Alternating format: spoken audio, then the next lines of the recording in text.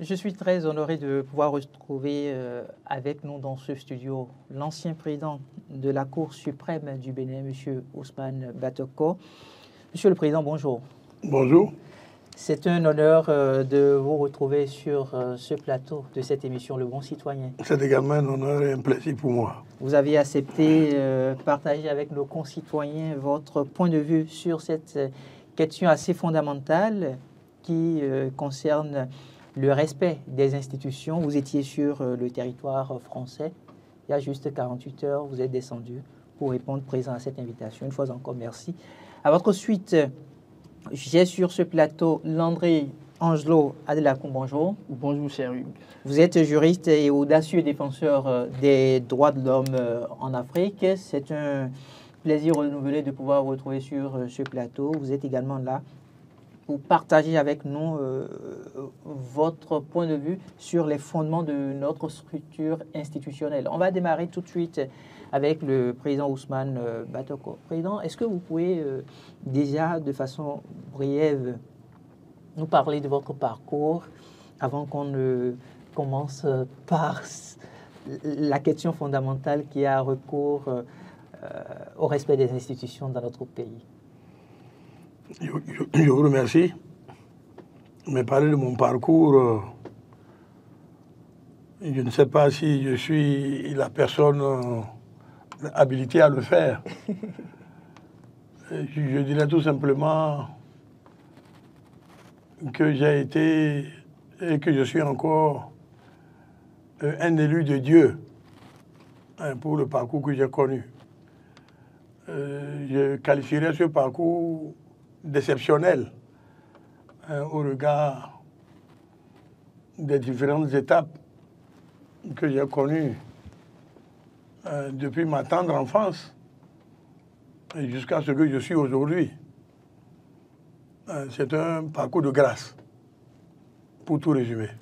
Alors, Président, comment est-ce que vous arrivez à définir les institutions de la République et quelle est, de façon fondamentale, leur importance dans un régime démocratique comme le nôtre au Bénin? Je crois que pour faire terre à terre, sans aller dans une définition ou du Dalloz ou du dictionnaire, encore moins du Google, je vais donner un exemple simple. À l'occasion des indépendances du Dahomey, nous avions, grosso modo, 3 à 4 institutions, si on peut les appeler ainsi. Il y a le président de la République, qui, en lui-même, est une institution. Il y a la présidence de la République, qui, elle aussi, est une institution. On avait également ce que je peux appeler la justice, à l'époque, qui était un ensemble de cours et tribunaux, jusqu'à arriver à la Cour suprême, qui est là aussi une institution. L'armée, elle aussi, est une institution. Voilà ce que nous avions connu à l'époque des indépendances en 1960. Mais aujourd'hui, avec les exigences de l'ère et du cheminement démocratique, le pays a connu ce que je peux appeler une explosion d'institutions qui vont, depuis le président de la République, comme je l'ai expliqué tantôt, jusqu'à la haute autorité de l'audiovisuel et de la communication, en passant par le Conseil économique et social, l'Assemblée nationale, la Cour constitutionnelle, la Cour suprême, la Cour des comptes. Aujourd'hui, la Sénat aussi fait partie des institutions qui ont été constitutionnalisées par la dernière révision de la Constitution. C'est donc au total des structures et des organes qui participent de la gestion démocratique de l'État. Toutes ces institutions que j'ai citées ont un bout du pouvoir de l'État qu'elles exercent. Et c'est d'ailleurs les exigences de la démocratie qui font que ces institutions ont été ainsi réparties. Alors qu'avant, comme je l'ai expliqué, il y avait une sorte de concentration des pouvoirs dans les mains de quelques 3 ou 4 institutions. Alors, Président, quand on les prend de façon générale, quelle est leur importance dans un régime démocratique comme le nôtre? Leur importance participe de ce que le pouvoir n'est plus géré par une seule personne. Le pouvoir n'est plus géré par un individu, mais plutôt par un ensemble d'organes et de personnes. Et c'est moins les personnes que les organes. Voilà. Là où la personne intervient, c'est le président de la République, en tant qu'institution lui-même. Tous les autres, c'est les organes. Alors, Landry Angelo Adélakun, je l'ai dit tout à l'heure, vous faites partie quand même des audacieux défenseurs des droits de l'homme en Afrique en tant que jeune. Quel est le regard que vous portez sur nos institutions aujourd'hui au Bénin? Oui, je voudrais déjà commencer par faire remarquer que je me sens un peu flatté avec les mots que vous alignez pour qualifier ma petite personne encore face au président. Ce n'est que le fruit du combat que vous menez au quotidien. Bon, je veux essayer d'accepter, mais vous comprenez. Et je voudrais déjà dire que c'est un honneur pour moi d'être sur le même plateau que notre très cher père, le président Batoko. Donc vous comprenez que je sois là pour répondre à vos questions, mais en même temps pour apprendre du président. Alors, par rapport à votre question, le regard que nous avons sur les institutions dans nos différents pays en Afrique, notamment l'Afrique francophone, c'est que nous avons des institutions, comme l'a rappelé le président, qui permettent d'aller dans l'élan de consolidation de la démocratie. Mais après, je suis un peu critique, hein. Mais après, lorsque vous observez très bien, c'est que les institutions ne sont pas aussi fortes telles qu'elles devaient être, ou encore qu'il y a des balbutiements. On peut dire que les États d'Afrique francophone, notamment, se cherchent encore un peu en ce qui concerne l'enracinement de la démocratie. Ce qui fait que nous avons ce que le chroniqueur a appelé tout à l'heure des présidents dieux. Donc des présidents qui sont les tout-puissants, qui soumettent presque toutes les institutions. Donc on a la vassalisation généralement des institutions. Nous avons des institutions qui répondent comme étant des caisses de résonance de l'exécutif. Et donc à partir de cet instant, étant des organes censés être aussi indépendants, être aussi neutres, parce que le principe de neutralité et tout, et on constate tout simplement que la démocratie est un peu enrhumée. Enrhumée du fait, je dirais, du déni ou encore du refus de ces institutions-là d'avoir leur propre indépendance, quoique on ne va pas discuter sur l'indépendance organique, ça c'est dans les tests, mais du point de vue fonctionnel, il y a l'indépendance fonctionnelle qui n'est pas toujours là. Cela ne voudrait pas dire que tout est mauvais en Afrique, non, pas tout, mais nous estimons que ce que nous avons et que nous appelons institutions aujourd'hui, ce n'est pas exactement le cas. Et si vous descendez peut-être dans nos différents pays, vous allez voir que ce qu'on reproche généralement à un État, c'est la même chose, on reproche encore à un autre État. Donc nous avons une sorte de faiblesse à ce niveau-là.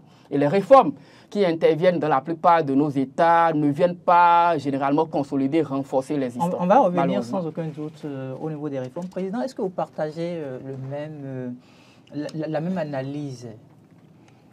Oui, je suis du même avis que lui, à savoir que tout n'est pas de créer des institutions. Encore faudrait-il qu'elles puissent fonctionner dans les conditions optimales. Mais qu'est-ce qui nous empêche de les faire fonctionner correctement? Il y a d'abord, si je puis me permettre, il y a d'abord la personne même du principal animateur de l'institution. Parce que lorsque vous vous retrouvez, comme on le dit dans un langage commun, parachuté du jour au lendemain à la tête d'une institution avec laquelle vous n'avez aucun lien ou aucune relation, sans parler de compétences, il y a problème. Ou bien lorsque c'est pour des arrangements partisans avec partisans ou des accointances partisanes ou politiciennes, qu'on se retrouve à désigner une personne pour être à la tête d'une institution, etc. aussi, il y a un problème. Surtout quand la personne ne prend pas conscience de la dimension de la mission qui lui a été confiée. Et comme M. Adelakoun l'a dit tantôt, si c'est être chef d'une institution pour se retrouver, ah oui, monsieur le président, du matin au soir, et évidemment, vous ne jouez plus votre rôle d'animateur démocratique de l'institution. Parce qu'il faut le souligner, il y a des institutions ordinaires qui participent de la vie au quotidien de l'État, mais il y a des institutions appelées des institutions de contre-pouvoir. C'est celles-là qui me paraissent personnellement les plus importantes.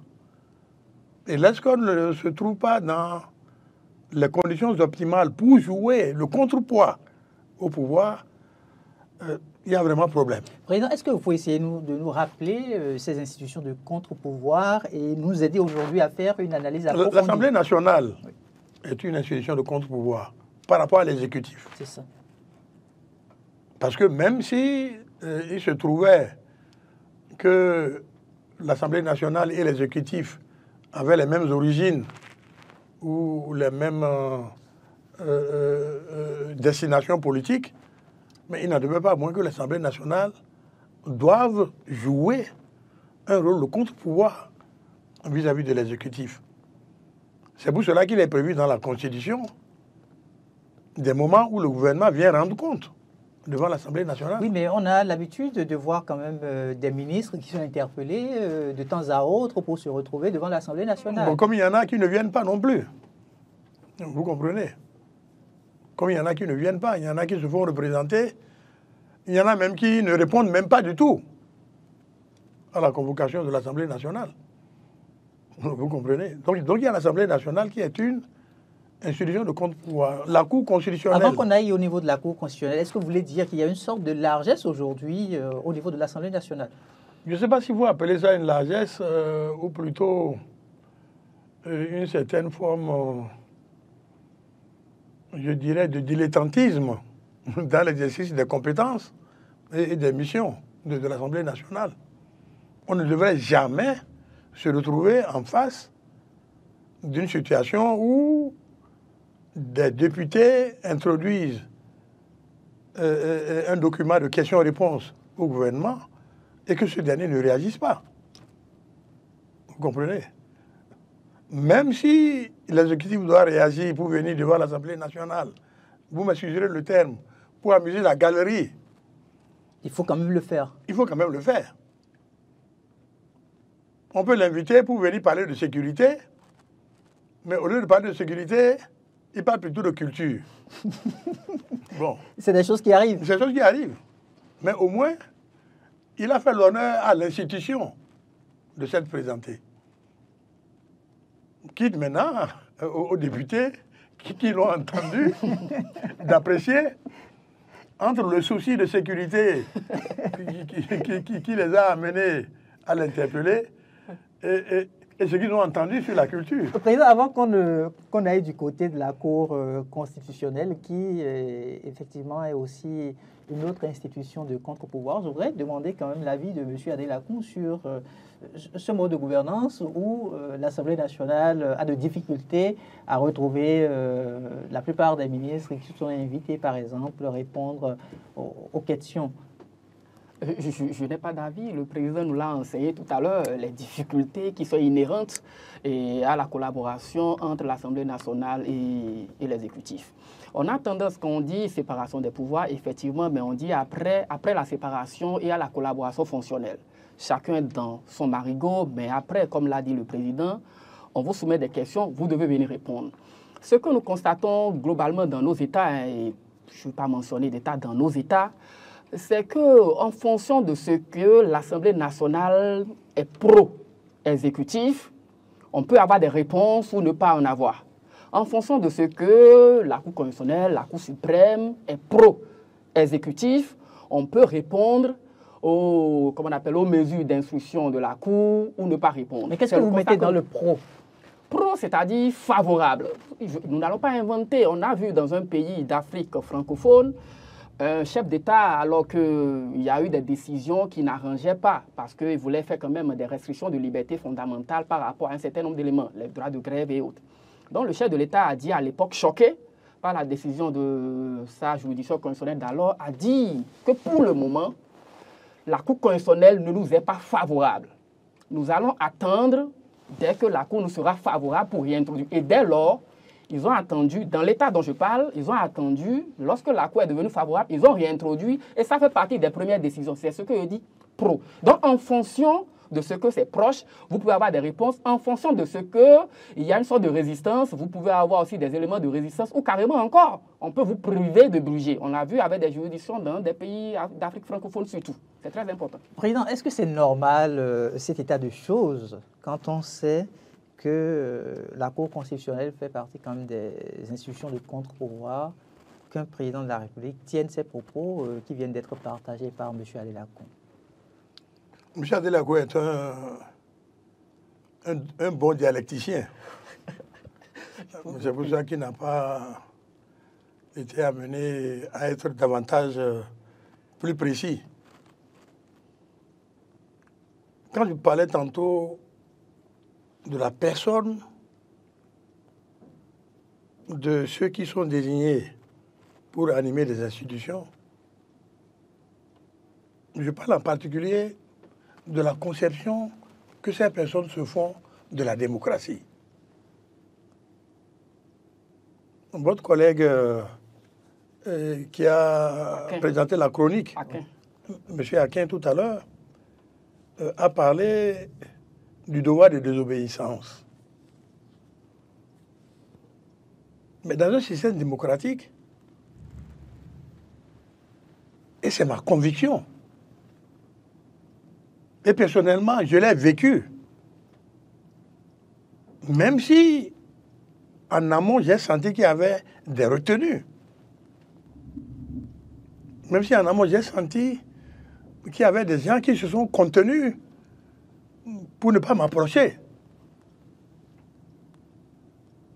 Alors, quand on a affaire à des personnes animées d'un véritable esprit de démocratie, mais elles ne vont jamais aller vers une institution pour lui demander quelque chose dont elles savent que l'institution n'est pas capable de leur offrir. Vous êtes donc en train de faire référence au devoir éthique. Le devoir éthique, le devoir de l'exigence démocratique. C'est-à-dire que l'exigence démocratique me pousse à ne pas aller vers le responsable d'une institution pour lui demander quelque chose dont je sais qu'il ne peut pas me l'offrir. Vous comprenez? C'est-à-dire que moi-même, je dois être dans une posture et dans une conviction de principe démocratique qui m'amène, comme je le disais tantôt, à avoir de la retenue pour ne pas conduire celui qui anime l'institution à appliquer sa règle du devoir de désobéissance. Vous comprenez? Il vaut mieux ne pas y aller. Tout simplement parce que tu es convaincu qu'il ne faut pas y aller. Vous comprenez? Mais si c'est les circonstances qui vous obligent à ne pas y aller, vous n'êtes pas animé par un esprit démocratique.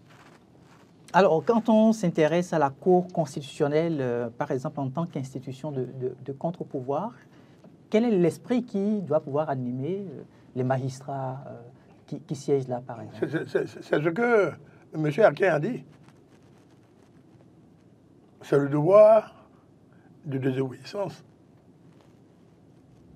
Mais le chef de l'État peut mal l'interpréter. Il peut y avoir de représailles. Il y en a eu. C'est ça qu'il a dit tantôt. Il y a des pays d'Afrique francophone où toute une institution, où une cour a été interdit de moyens Oui. pour travailler. Et ce n'est pas de façon ponctuelle, c'est sur une longue période. C'est sur une longue période. Ni crédit de fonctionnement, ni indemnité du personnel, ni primes et autres, comment dit-on, indemnités de suggestion. En Afrique francophone. C'est pour ça que je vous ai dit que vous avez affaire à un électricien. Monsieur Adelakun, Il sait de quoi il parle. Monsieur Adelakun, le président a confirmé d'une manière ou d'une autre ces propos que vous venez de partager avec nous. En parlant du respect des institutions, à votre avis, quel doit quand même être le rôle du citoyen ordinaire? Le rôle du citoyen, il est clair. Il faudrait d'abord que le citoyen aussi s'approprie ce que c'est que la démocratie. Quelles sont les règles, quels sont les principes, les valeurs de la démocratie. Et au-delà de cela, parce que cela lui permet de savoir qu'il y a des institutions, il y a des règles dans la République et tout. Mais au-delà de cela, il faudrait, comme l'a dit suffisamment tout à l'heure le président, que les animateurs des institutions soient aussi des démocrates. Je pense que c'est un Allemand qui a dit, c'est Friedrich Ebert, si j'ai bonne mémoire, qu'il n'y a pas de démocratie sans démocrate. Donc pour parler de démocratie, il faudrait que vous et moi, nous serons d'abord des démocrates. Il y en a qui ne sont pas des démocrates, mais parce qu'ils veulent quelque chose, portent le manteau de démocrate et dès lors qu'ils ont le pouvoir, vous constatez que ce sont des autocrates. C'est des choses qui arrivent? Vous l'avez vu, regardez un peu autour de nous, dans les pays d'Afrique francophone surtout. Vous allez voir des gens qui ont chanté la démocratie, qui veulent consolider la démocratie, qui sont parvenus au pouvoir, mais qui sont allés confesser et devant une puissance occidentale le recul démocratique. On a vu un chef d'État devant des hommes d'affaires, je vais dire à Paris, c'est un chef d'État de l'Afrique francophone, qui dit qu'effectivement, il reconnaît le recul démocratique, mais que le recul démocratique permet aujourd'hui à ce que son pays soit capable de fournir de l'électricité à la Chine. Si la Chine en voulait, c'est un exemple. Comment peut-on en arriver là, à votre avis? C'est que dès le départ, celui-là n'était pas un démocrate. Il n'y a pas à chercher, le diagnostic, il est clair. Parce que quand vous êtes démocrate dans l'âme. C'est pour cela que je dis, il faut d'abord que les citoyens que nous sommes, parce que c'est le simple citoyen, comme vous et moi, qui devenons par la suite, comme le président et comme bien d'autres. Donc il faudrait que dès la base, on puisse nous inculquer les valeurs de la démocratie. Où est-ce qu'on doit pouvoir les apprendre, ces valeurs-là? Lorsque vous allez prendre la Constitution béninoise, je pense que c'est l'article 40 qui renseigne d'abord sur l'obligation pour l'État d'enseigner dans toutes les langues. Et vous voyez encore quelle beauté notre Constitution a dans toutes les langues, les questions de droits de l'homme, de droits et devoirs du citoyen et tout. Tout cela, c'est dans la Constitution. C'est vrai, après le Bénin ne l'a jamais fait, la Cour constitutionnelle a estimé qu'il s'agissait d'un droit programmatique, c'est-à-dire quoi? Un droit qui ne peut être mis en œuvre que relativement aux moyens, aux ressources de l'État. L'État estime qu'il n'a pas les ressources pour venir vous former, vous et moi. Donc, chacun se débrouille à sa manière et surtout avec l'appui des partenaires techniques et financiers. Donc, je voudrais dire, quand on a fini de régler ça du côté du citoyen, il faudrait que les animateurs puissent être également des démocrates. Parce que le citoyen, en réalité, ne peut respecter les institutions que quand il a confiance en ces institutions-là. Si les institutions s'écartent du chemin démocratique, des idéaux qui ont prévalu, par exemple, à l'adoption de notre Constitution, et souffraient que, d'une façon ou d'une autre, on peut ne pas être d'accord, que le citoyen ne soit pas en mesure de se retrouver à travers ces institutions-là, considérant que ces institutions sont à la solde de M. Tatampion ou encore de M. Je sais tout, et dès lors, il n'y a pas lieu pour le citoyen de respecter les institutions. Et plus loin, vous savez, il y a des mécanismes. Dans la Constitution, il a été dit même que lorsque les institutions de l'État se mettent à faire, je vais le dire, une griffe de la pagaille, et qu'il y a des coups de force, et qu'il y a une vassalisation, que le citoyen aussi a le droit de ne pas obéir. Ça, c'est le devoir de désobéissance, et le professeur va nous l'enseigner. Vous avez dit dans la Constitution. Dans la Constitution, vous voyez que c'est également dans la Constitution. Donc, tout est dans la Constitution. Il faudrait bien qu'on puisse nous éduquer pour qu'on comprenne. Et l'autre chose, je vais conclure par là, il faut enseigner à ceux qui nous gouvernent, ceux qui viennent au pouvoir, que c'est la démocratie qui vous a amené au pouvoir. Il ne vous appartient pas de vouloir changer la démocratie pendant que vous êtes au pouvoir, vous êtes arrivé par la démocratie, en le transformant en oligarchie, en le transformant ou encore en autre chose. Donc la démocratie vous a amené au pouvoir, vous n'êtes pas venu au pouvoir par les fusils, vous n'êtes pas venu au pouvoir par l'autocratie, vous êtes venu avec la démocratie. Si vous n'avez rien à faire, la seule chose que vous devez faire, c'est de laisser la démocratie dans l'état où vous l'avez trouvée. C'est très simple. Président Ousmane Batoko, est-ce que dans un pays comme le Bénin, nous avons suffisamment de moyens pour former les citoyens ou tout au moins les acteurs qui doivent pouvoir occuper des postes de responsabilité élevés aux notions démocratiques? Nous en avons la capacité. Nous en avons aussi les moyens. Ce qui manque, c'est la volonté. C'est la volonté pour le faire. Parce que dans un pays bien organisé, et j'aurais tellement aimé que nous le soignions ici au Bénin. Dans un pays bien organisé, on prépare la relève. Et ce n'est pas la relève conçue uniquement du point de vue de l'esprit partisan. Non. Du point de vue de l'esprit républicain. Du point de vue de l'avenir du pays. On devrait pouvoir le faire. On devrait pouvoir s'organiser en conséquence. Aujourd'hui, autant que nous sommes ici, entre vous et moi, nous savons demain qui peut être président de la République parmi vous. Vous comprenez? C'est vous deux qui puissiez l'être. Aujourd'hui, dans ce studio, nous savons que c'est vous deux qui puissiez être président de la République. C'est vrai. Puisque moi, je n'y suis plus. C'est vrai. Bon. Cela veut dire quoi? Cela veut dire que ceux dont nous savons que demain, c'est eux qui auront l'avenir du pays dans leurs mains, on commence par les y préparer. On devrait pouvoir commencer par les y préparer. Et je dis, nous en avons les capacités, nous en avons également les moyens. Le seul problème, c'est la volonté qui manque.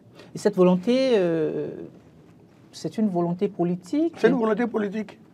C'est nécessairement une volonté politique. C'est une question de vision par rapport à l'avenir du pays. Et malheureusement, nous n'en avons pas beaucoup, mais qui puissent en avoir cette vision. Dans les coulisses, tout à l'heure, en préparant cette émission, vous nous aviez confié que vous avez coulé des larmes pour notre pays. Qu'est-ce qui peut le justifier autant quand on s'intéresse aux institutions de la République qu'un ancien président de la Cour suprême, comme vous, puissiez sortir des mots aussi forts? Vous savez que je n'ai pas été que président de la Cour suprême. J'ai été député à l'Assemblée nationale de l'ère démocratique. J'ai été commissaire du peuple à l'Assemblée nationale révolutionnaire sous la Révolution. J'ai été membre du gouvernement sous la Révolution. J'ai été un des principaux animateurs de l'Organisation nationale de la jeunesse sous la Révolution, de l'OJRB, Organisation de la jeunesse révolutionnaire du Bénin. J'ai été chef de district, c'est-à-dire l'équivalent de maire aujourd'hui. Et c'était à Savalou. Et à l'époque, Savalou couvrait le Savalou actuel, une bonne partie de la commune actuelle de Glazoué et toute la commune de Bantin. J'ai exercé du pouvoir dans ce pays. Et comme je le disais, à maintes reprises, je n'ai pas eu besoin de demander l'autorisation de Mathieu Kérékou, paix à son âme, avant d'agir. Le principe à l'époque, c'était agir et après vous rendre compte. Dieu a fait que pour la période du renouveau démocratique, j'ai pu également assurer des fonctions gouvernementales. Et même sous Yahi Boni, j'ai été membre de la Commission nationale d'évaluation par les pairs. J'ai appartenu aussi à la commission de révision de la Constitution, la commission présidée par le professeur Maurice Anzo Glélé. J'ai été aussi partie prenante dans le projet de découpage territorial du pays, avec les 12 départements et peut-être les 100 communes qu'on avait envisagées. Mais on ne peut pas avoir fait tout ça. Puis venir revêtir le manteau de premier juge du Bénin. Le premier juge, ce n'est pas le premier magistrat. C'est différent.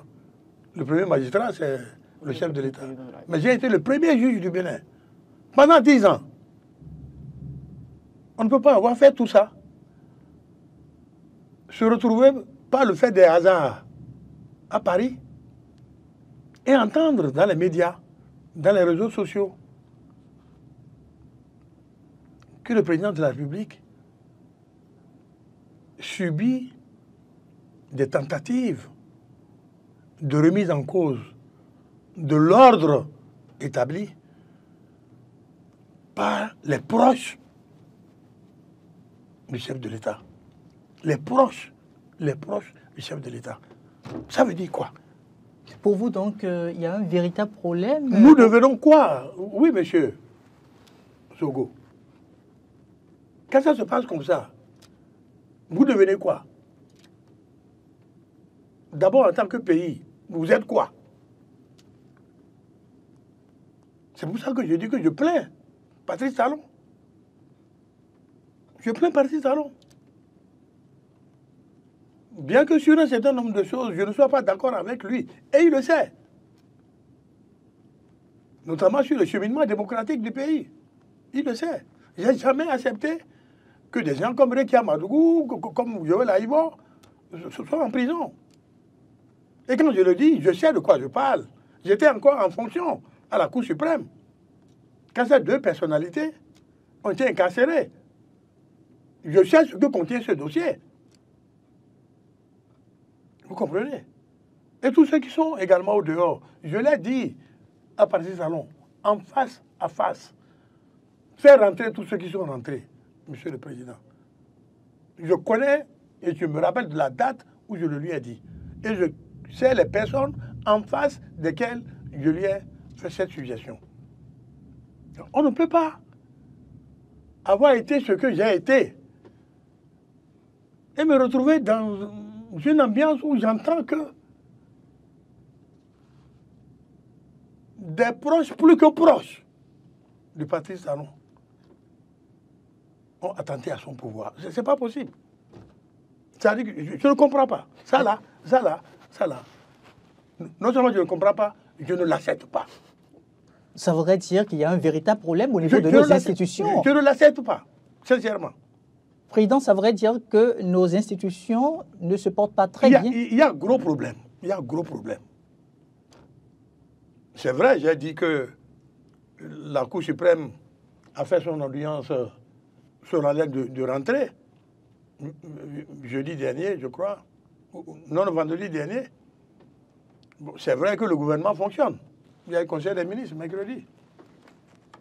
C'est vrai que la Cour constitutionnelle, la haute autorité, le Conseil économique et social, la Cour des comptes, la haute Cour de justice.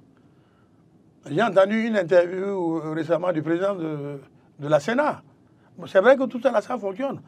Mais dans quel état d'esprit se trouvent tous ces présidents d'institutions aujourd'hui avec ce qui est arrivé, M. Zogo? Dans quel état d'esprit ils se trouvent, chacun d'eux? Et je les connais tous.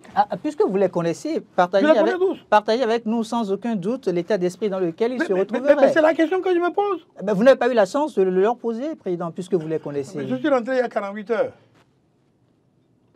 Je suis rentré il y a 48 heures. Vous auriez pu les appeler au téléphone, par exemple? exemple? C'est pas des choses qu'on discute au téléphone. C'est pas des choses qu'on discute au téléphone. Est-ce que vous arrivez à échanger avec la plupart de nos présidents d'institutions? J'ai appelé l'un d'entre eux qui se trouvait lui aussi à l'étranger pour lui dire, mais on en est où là? Ça veut dire quoi ce qui se passe là? C'est notre pays qui est devenu comme ça? C'est la question que nous devons nous poser, nous tous, béninois, du citoyen lambda au premier responsable. C'est le Bénin là, c'est notre Bénin là qui est devenu comme ça aujourd'hui. Monsieur Adela Koumba, je vous pose alors la question. C'est notre pays qui est devenu comme ça, et quelle est la réponse que vous me donnez? Bon, je ne sais pas si moi j'ai la réponse, je suis factuel, je constate que c'est ce que le pays est devenu, malheureusement. C'est le constat que nous faisons. Et c'est un peu triste parce que quand on en arrive là, et le président l'a dit tout à l'heure, que vous et moi, dont les gens de notre génération, sommes appelés à gouverner demain. Et si c'est l'exemple qu'on est en train de nous montrer, cela voudrait dire qu'il y a lieu de s'inquiéter pour l'avenir du pays. C'est le professeur Biorbigo qui a l'habitude de dire qu'il n'est pas d'accord par rapport au procès qu'on fait à la jeunesse parce que pour lui, le jeune, il voit, il copie et il ajoute du sien. Le sien qu'il ajoute peut être bon ou mauvais. Ce qu'il voit et qu'il copie également peut être bon ou mauvais. Et donc, si ce que nous voyons aujourd'hui de la part de nos aînés, ce sont des scénarios comme ça, souffrez que l'on ne soit pas étonné de voir parmi nous des gens qui veulent reproduire exactement ou même encore un peu plus que cela à l'avenir. Donc voilà un peu des choses qui peuvent inquiéter. Nous sommes malheureusement dans le cas et quand ça se passe ainsi, le président pose la question alors que le président a rappelé un peu son parcours tout à l'heure. J'estime que c'est la personne la mieux placée pour nous dire quel est l'état d'âme dans lequel il se retrouve en tant que président d'émission, en tant que membre du gouvernement et tout. Vous-même en tant que citoyen. Écoutez, M. Dogo. Oui, président, dites-nous. Patrice Talon est à 1 an et demi de la fin de son mandat. Il a 1 an et demi de la fin de son mandat. Et voilà dans quel environnement il se trouve.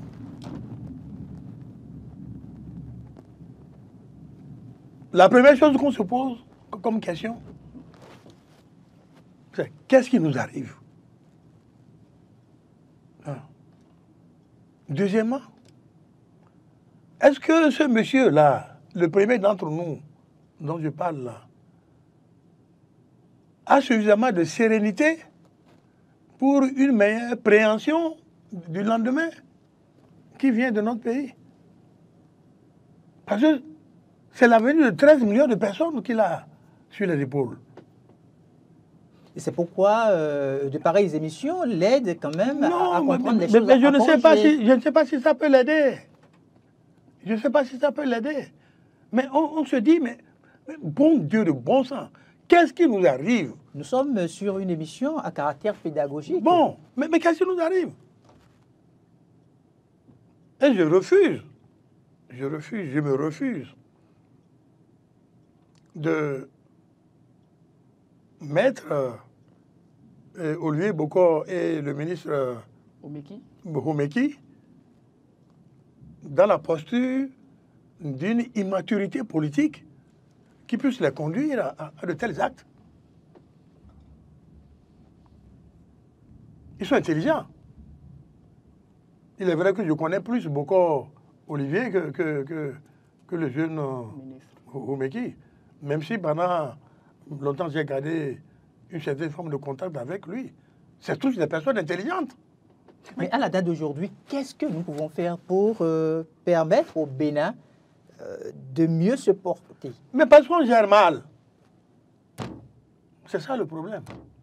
C'est parce que nous gérons mal. Je m'excuse de vous le dire. Est-ce que c'est ainsi au niveau de chaque institution où il y a des institutions spécifiques qui sont peut-être gérées avec un peu plus de légèreté? Non, mais disons que nous sommes dans un régime présidentiel. Et de ce point de vue-là, beaucoup de références se font par rapport au président de la République. Mais voilà l'état d'esprit dans lequel il se trouve, lui. Parce qu'on a voulu remettre en cause son pouvoir. Et qui a voulu remettre en cause son pouvoir? Ce n'est pas un kidam. Ce n'est pas un kidam. Ce n'est pas un Benoît Landa. Ce n'est pas un inconnu. Comme dirait l'autre qui passe. Et qui a vu là une possibilité de s'agripper à un pouvoir chancelant. Non. Président, que faut-il faire aujourd'hui pour aider le chef de l'État à réussir non seulement son mandat, mais permettre aussi à notre pays, à tous les concitoyens béninois, de retrouver davantage le sourire? Il faut ramener le souffle dont la démocratie béninoise a besoin. pour que cette démocratie puisse se développer. Aujourd'hui, la démocratie au Bénin est étouffée. La démocratie au Bénin est confisquée. La démocratie au Bénin est dévoyée. Et ça, je le dis et je le redis encore sur ce plateau. Laissez les libertés libres. Tant que les libertés ne sont pas libérées, c'est des situations comme ça qui vont arriver. Monsieur Adelakoum, que conseillez-vous aujourd'hui aux citoyens pour que notre pays se porte davantage mieux? Je ne sais pas si j'ai quelque chose à conseiller aux citoyens. Vous l'aurez remarqué que depuis 8 ans, les citoyens béninois font le nécessaire. Ils font ce qu'ils doivent faire. Pourquoi vous vous attardez sur 8 ans? 8 ans, c'est le baromètre, c'est le point, en tout cas, c'est le point de départ de la dégradation continue de notre démocratie. Pourquoi vous ne partez pas, par exemple, en 1990, où nous parlions de renouveau démocratique? Nous pouvons faire une analyse en partant de 90. Vous savez, une analyse, il faut la loger dans un temps, dans un espace donné. J'ai précisé 2016, donc on peut le faire si vous voulez, mais j'estime que nous n'avons pas encore le temps. Mais lorsqu'on a fait le choix du renouveau démocratique, on a dit, on a fait les expériences, on a constaté que sous le président Boni Yayi, la démocratie a été un peu essoufflée et tout. Et sur la base, voilà, sur la base d'un diagnostic que la plupart ont partagé à l'époque, on a dit cette fois-ci, on veut redonner souffle à la démocratie. Donc à partir de 2016, on n'est plus censé tomber dans les travers que nous avons vécus. Donc dès 2016, qu'est-ce qu'on a fait? Au lieu de donner souffle à la démocratie, on a essayé de travailler à la conduire rapidement vers le cimetière. Donc, c'est ce que nous sommes en train de constater. Pour cela, les citoyens béninois ont toujours fait ce qu'ils doivent faire.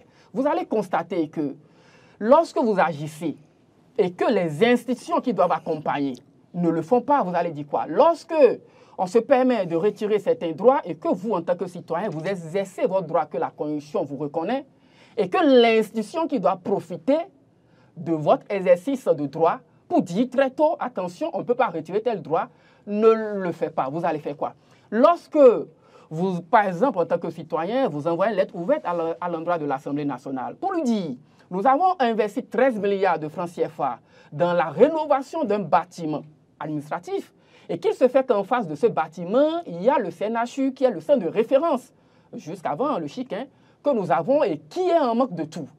Dites-nous, interrogez le chef de l'État pour qu'il nous dise pourquoi avoir opéré un tel choix alors qu'on aurait pu mettre cet argent dans l'eau, dans l'environnement ou encore dans les questions sanitaires. Et que l'Assemblée nationale n'a pas cru devoir le faire. Qu'est-ce que vous voulez que le citoyen fasse? Lorsque vous avez attiré l'attention de la juridiction constitutionnelle plusieurs fois sur des questions de violation, tant par l'exécutif et bien d'autres personnes, et qu'à aucun moment on l'a fait, qu'est-ce que vous voulez que le citoyen fasse? Lorsque des citoyens ne sont pas d'accord et qu'ils sont rentrés dans les rues, et qu'on s'est permis une première fois depuis le renouveau démocratique d'ouvrir des balles réelles sur des citoyens en plein cœur de Cotonou, qu'est-ce que vous voulez encore que les citoyens fassent? Est-ce que vous avez attendez, je finis. Oui. Lorsque des citoyens ou citoyennes, pour être précis, sont dans leur maison à l'intérieur du pays et qu'une balle de l'armée traverse la maison pour aller achever la pauvre dame, qu'est-ce que vous attendez encore des citoyens? Lorsque des gens perdent leurs parents par des armes, et on dit que c'est une question de paludisme, vous attendez quoi encore des citoyens? C'est là la question. Monsieur Adelakoum, est-ce que vous avez saisi par exemple une institution de la République et vous n'avez pas eu de retour favorable? Je n'aime pas trop parler de ce que nous autres nous faisons. Et vous voyez, le président s'est présenté tout à l'heure, donc nous autres, on n'a pas de présentation à faire. Vous comprenez, c'est le ciel et la terre. Mais pour le peu que nous essayons de faire, c'est que si vous devez compter les saisines que nous avons eu à faire devant la Cour constitutionnelle, parce que c'est un droit pour tout le monde, et nous invitons les citoyens à davantage le faire, même si la Cour ne nous donne pas raison, continuez à le faire. Peut-être que la lumière peut venir un jour.